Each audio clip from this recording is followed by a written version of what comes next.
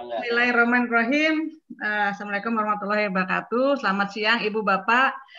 Terima kasih atas kesempatannya untuk sharing lah ya. Sharing terkait dengan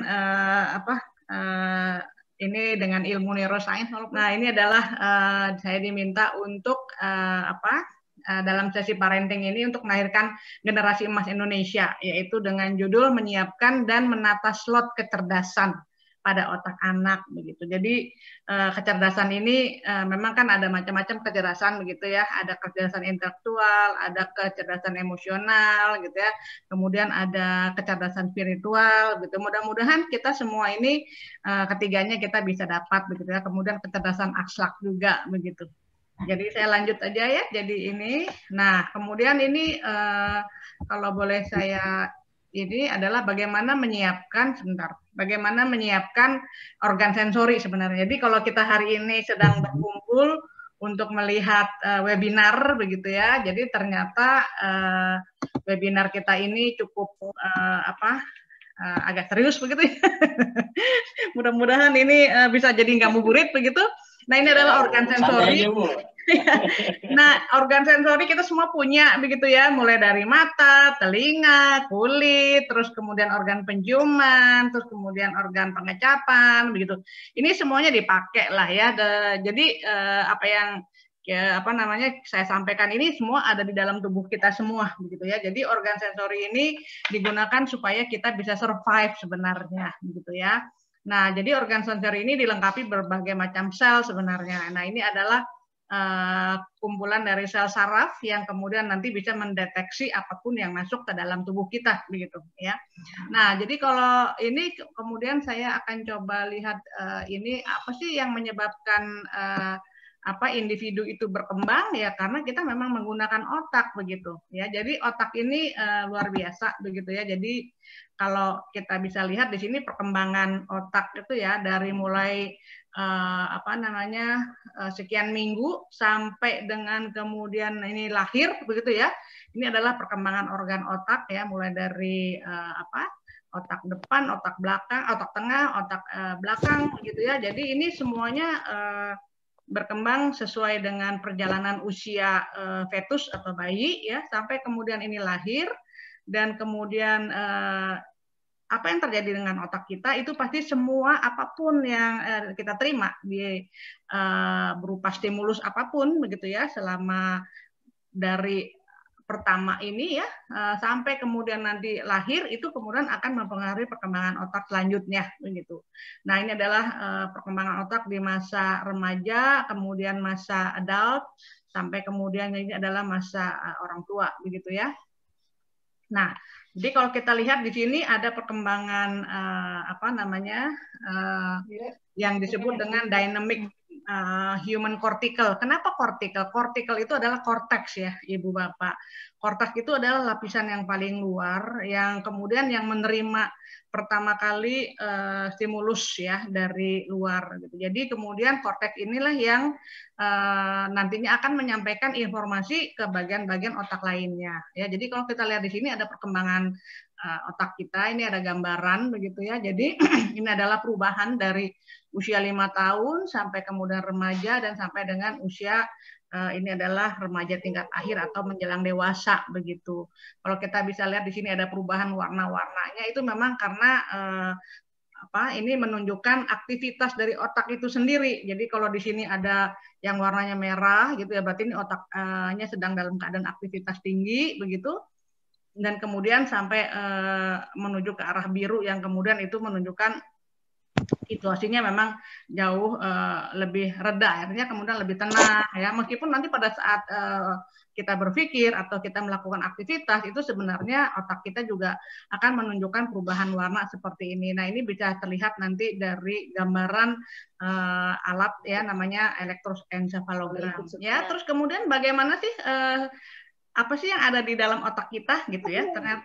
Ternyata otak kita itu terdiri dari sel saraf. Ini adalah gambaran sel saraf yang ada di dalam otak kita ya. Jadi ini sebenarnya saraf itu adalah sel yang sambung menyambung begitu ya di dalam jaringan saraf kita ya. Jadi kalau misalnya ini adalah bagian-bagiannya, nah kita bisa lihat di sini ternyata ini adalah koneksinya begitu. Jadi ini adalah saraf yang ada di depan dan kemudian ini adalah saraf yang di belakang. Yang paling penting itu adalah sebenarnya ini adalah koneksinya. Nah, jadi makanya kalau kemudian kita ini bertambah usia, ya itu diharapkan juga koneksinya bertambah begitu. Ya, jadi di dalam otak kita itu ada sekitar 10 pangkat 12 gitu ya sel saraf yang kemudian bisa kita bayangkan ya kalau itu semua terjalin hubungan dengan sempurna itu 10 pangkat 12 kali 10 pangkat 12, 10 pangkat 24 luar biasa ya. Jadi sebenarnya memang Allah itu ya atau ya Tuhan yang Maha Esa itu sudah memberikan kita tuh organ yang sangat sempurna sebenarnya ya. Nah, terus kemudian kita bisa lihat ini gambaran bagaimana sih saraf itu bisa melakukan koneksi satu dengan lainnya begitu. Ya, jadi kalau kita lihat di sini ini adalah jaringan saraf yang lebih besar gitu ya, dan kemudian ini adalah saraf-saraf yang kecil yang kemudian satu sama lain saling berhubungan. Ya, kalau Ibu Bapak bisa lihat di sini ini ada namanya badan sel begitu ya. Badan sel itu ini adalah ini adalah bagian yang paling besar dari sel saraf begitu ya, yang kemudian ada intinya, yang kemudian di sini ada percabangan-percabangannya. Nah, yang menerima rangsang pertama kali itu adalah percabangan ini. Halo? Bentar. Yang menerimanya adalah percabangan ini. Yang kemudian ketika nanti percabangan ini menerima stimulus ya, terus kemudian akan disampaikan kepada badan selnya yang dimana itu ada intinya, kemudian akan menyampaikan saraf pada ke ujung saraf. Nah, di ujung saraf inilah yang disebut nanti akan berhubungan dengan ujung saraf lainnya atau kemudian dengan dendrit lainnya ya. Jadi kemudian nanti kita sebut di sini adalah sinapsisnya ya. Sinapsis itu adalah hubungan antar saraf dengan saraf begitu. Nah, inilah yang jumlahnya kalau misalnya kita belajar hal-hal yang baru, ini kemudian akan bertambah banyak sebenarnya sinapsisnya. Nah, kemudian bagaimana proses sinapsis itu bisa terjadi? Nah, jadi ini kalau kita belajar begitu ya. Jadi ini adalah misalnya kita belajar misalnya saya contohkan misalnya 1 tambah 1 misalnya begitu ya. Tapi kemudian bisa bertambah lagi 1 tambah 1 2, 2 tambah 2 4, 4 tambah 4 8 begitu. Jadi kalau nanti informasi ini bertambah, ini pun juga nanti dia akan menambah ininya sinapsisnya. Jadi ini adalah melakukan percabangan. Jadi kebayang kalau misalnya otak seorang anak itu kalau distimulasi dengan sangat baik, maka kemudian nanti dia akan bisa melakukan percabangan dengan sangat banyak begitu. Ya, jadi kalau kita lihat di sini ada bayangan ya. Jadi kalau ini misalnya yang tadi contohnya 1 tambah 1, tapi kemudian ditambah misalnya bisa aja 1111 ditambah 1111 atau dikalikan 1111 misalnya seperti itu. Jadi ini informasinya seperti ini ya. Nah, kalau kita lihat sendiri bagaimana itu bisa terjadi, ini gambarannya Ibu Bapak. Jadi ini adalah sinapsis atau hubungan antara satu saraf dengan saraf yang lain, dan ini adalah bagian yang yang sangat berdekatan. Jadi ini ukuran kedekatannya itu angstrom ya, jadi dia tidak melekat begitu, tapi kemudian dia memang sangat dekat begitu. Nah, jadi kemudian kalau ada informasi yang datang dari satu saraf ini, kemudian dia bisa menyampaikan ke saraf sesudahnya. Jadi ini contohnya seperti ini, ada informasi datang ke satu saraf yang sebelumnya, kemudian dia akan berhubungan atau bersinapsis dengan saraf yang ada di depannya. Nah, terbayang ya Ibu Bapak, ini aja bisa membesar ya, artinya ini kan bisa besar, jadi bisa saja hubungannya ini seperti ini begitu ya. Jadi hubungan antar saraf dengan saraf itu benar-benar bisa diperkaya ketika kemudian ada banyak informasi yang kemudian bisa memberikan istilahnya itu memberikan manfaat sebenarnya kepada jaringan saraf. Nah, kemudian kita bisa lihat di sini ini adalah kisah begitu ya dari hewan. Ini adalah hewan marmut begitu. Seringkali juga digunakan hewan tikus begitu ya. Jadi ini adalah tikus ataupun marmut yang berada di lingkungan yang kaya. Artinya kemudian dia mendapatkan misalnya stimulus yang sangat banyak. Jadi kalau kita analogikan misalnya dengan anak kita itu mendapatkan pendidikan misalnya lengkap begitu ya, apakah motoriknya, apakah sensoriknya, terus kemudian nanti terkait dengan juga membangun empatinya, emosinya, begitu ya. Jadi kecerdasan semuanya itu bisa diberikan begitu ya.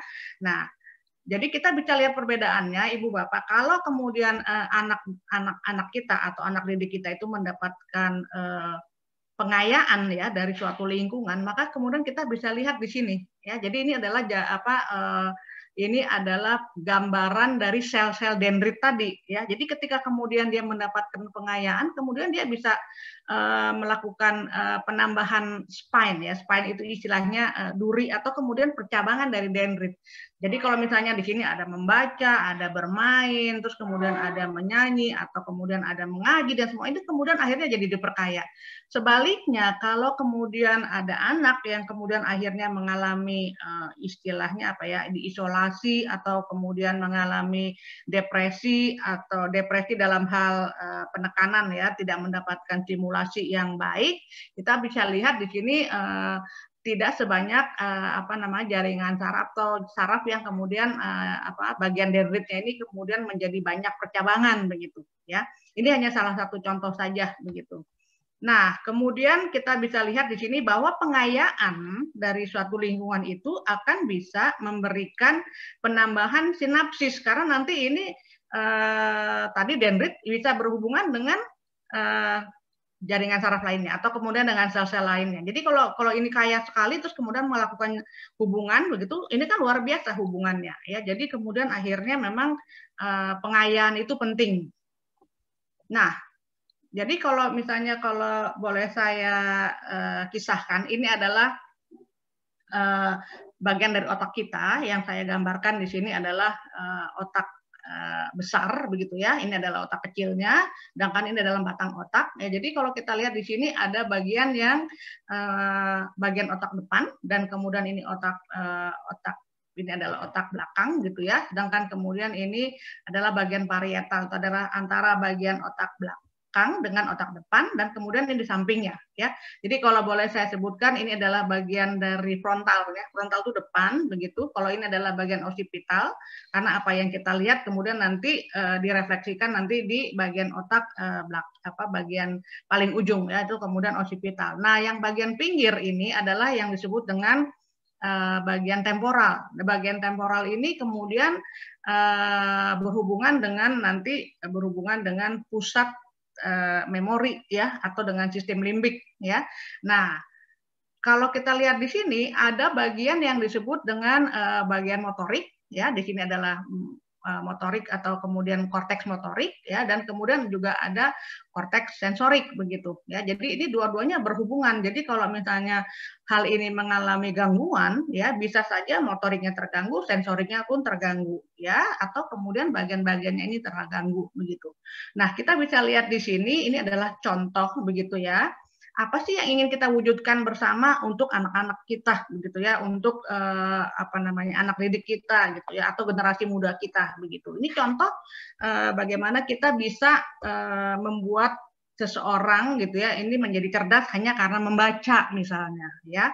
Nah, untuk membaca itu di sini ada yang disebut dengan bagian di bagian samping atau yang disebut dengan temporal gitu ya. Ini adalah fungsinya adalah untuk menerima informasi ya. Jadi kalau kita lihat di sini ini ada yang di sini ada yang disebut dengan broca ya. Broca ini ada kemudian ini bagiannya itu lebih depan daripada bagian Wernicke begitu ya. Nah, bagian broca ini adalah untuk menerima pemahaman dan kemudian akhirnya kita bisa mengucapkan. Jadi kalau kita membaca, tapi kita bisa sambil juga mengucapkan. Ya.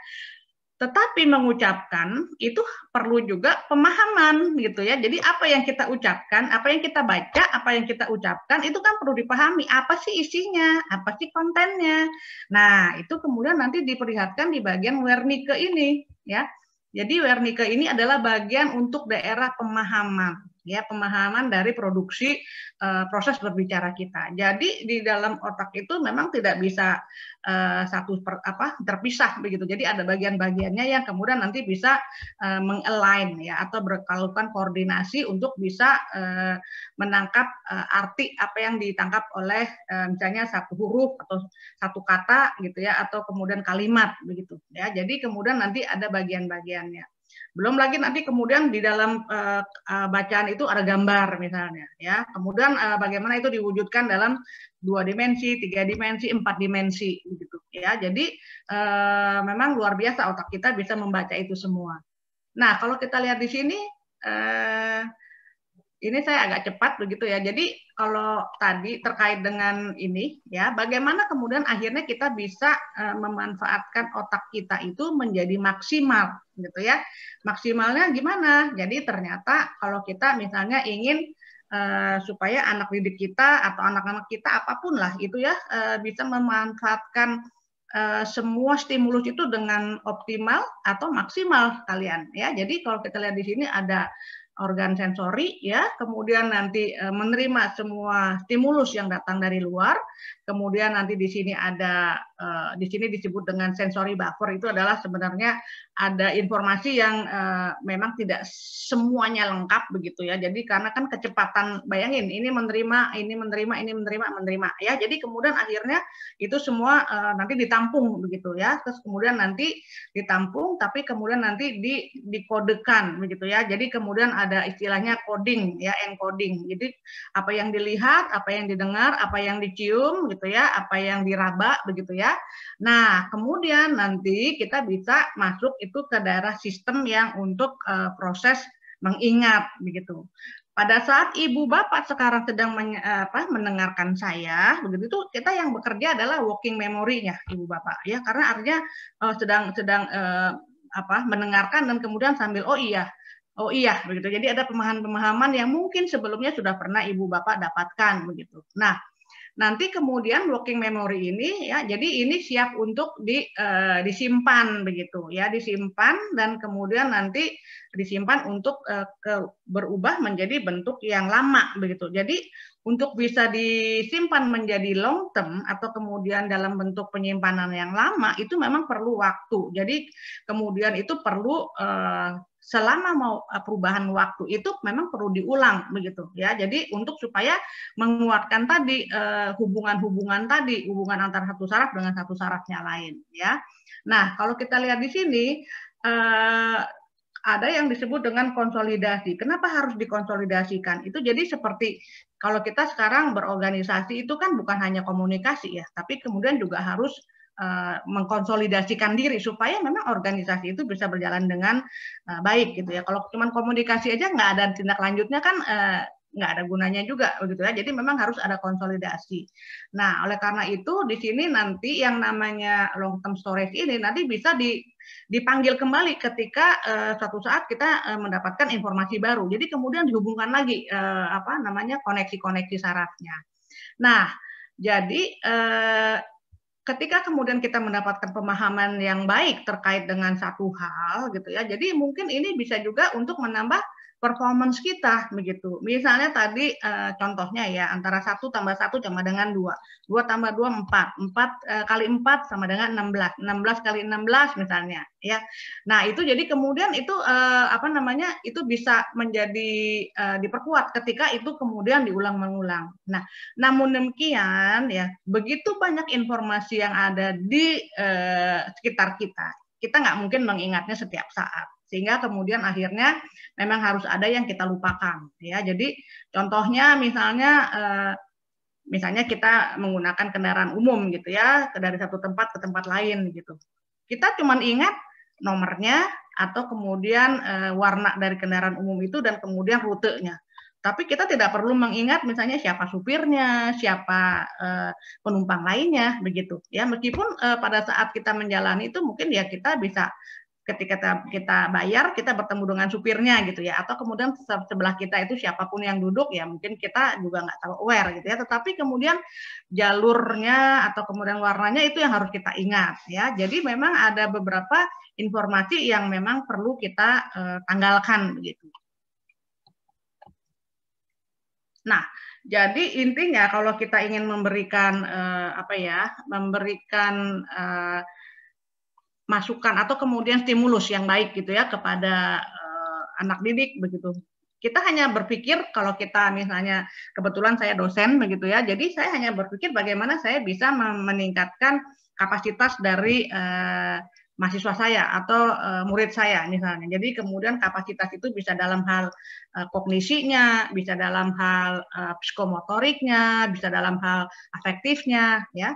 Nah, tapi saya percaya, ya. Jadi kemudian kita juga percaya bahwa setiap orang itu diciptakan dengan sangat baik, ya. Jadi people are okay. Jadi semua orang itu tercipta sempurna, gitu. Jadi tidak ada satu orang pun yang kemudian istilahnya tidak memiliki kapasitas yang cukup. Pasti semuanya punya kemampuan. Nah, termasuk yang disable dan sebagainya, sebenarnya mereka punya kemampuan, ya. Tetapi ada sesuatu kemampuan yang mereka bisa lakukan yang kita tidak bisa lakukan, gitu. Jadi everybody is okay. Nah, kemudian prinsip kedua, ya ini yang prinsip ini dikembangkan oleh